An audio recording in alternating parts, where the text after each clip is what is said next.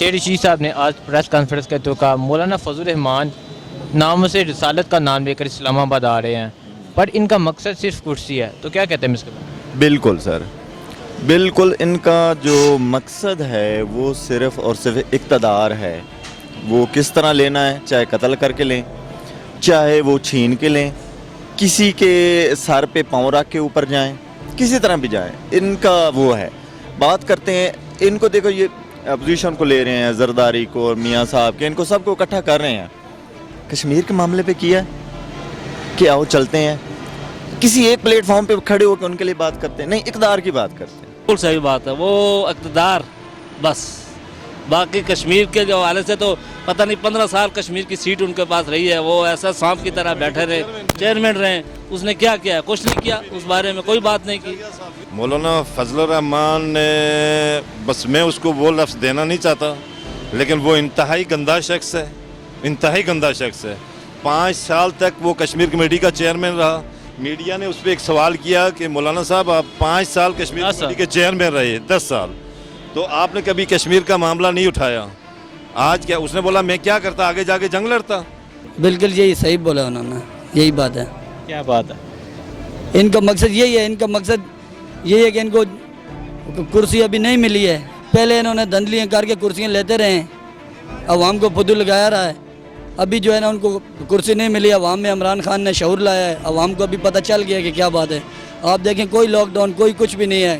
جو بیوقوف ہو گیا ان کے ساتھ چلا گیا.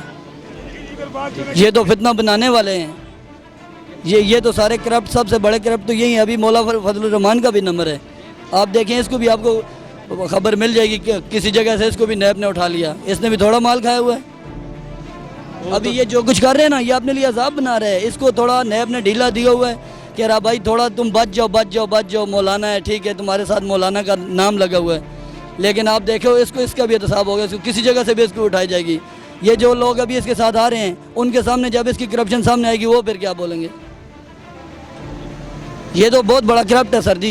تو کیا انہیں اسلام آباد آنا چاہیے نہیں آنا چاہیے؟ نہیں آنا چاہیے. یہ تو ڈسٹربنگ بنا رہے ہیں. ابھی ملک کے حالات دیکھیں آپ جو ہے کشمیر کا مسئلہ دیکھیں.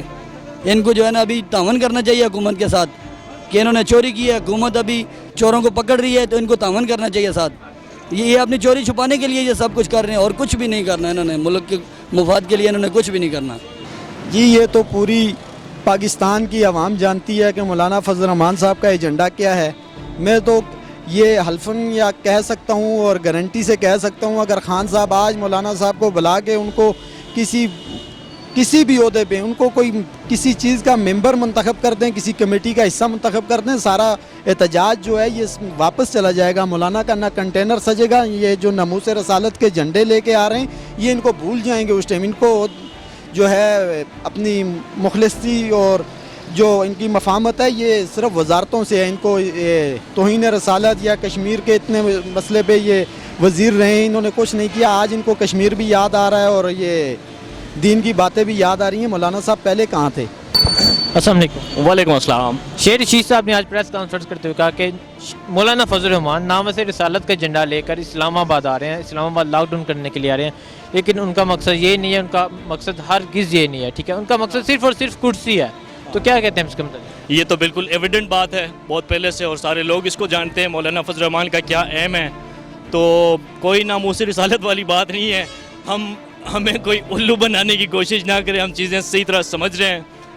اگر مولانا فضل الرحمان آ جائے اسلام آباد لاک ڈاؤن کرنے کے لیے اور ہمیں عمران خان کہیں کہ آپ بھی نکلیں باہر، تو مولانا فضل الرحمان کے بندے یہاں پہ کم پڑ جائیں گے. عمران خان کے سپورٹ میں ہم ابھی بھی کھڑے ہیں.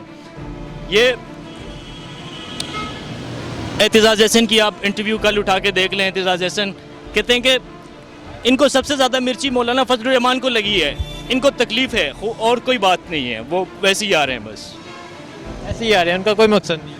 مقصد ڈیفینیٹلی کرسی ہے، عمران خان کو گرانا ہے. ان کا ناموس رسالت سے ان کا کوئی وہ نہیں ہے.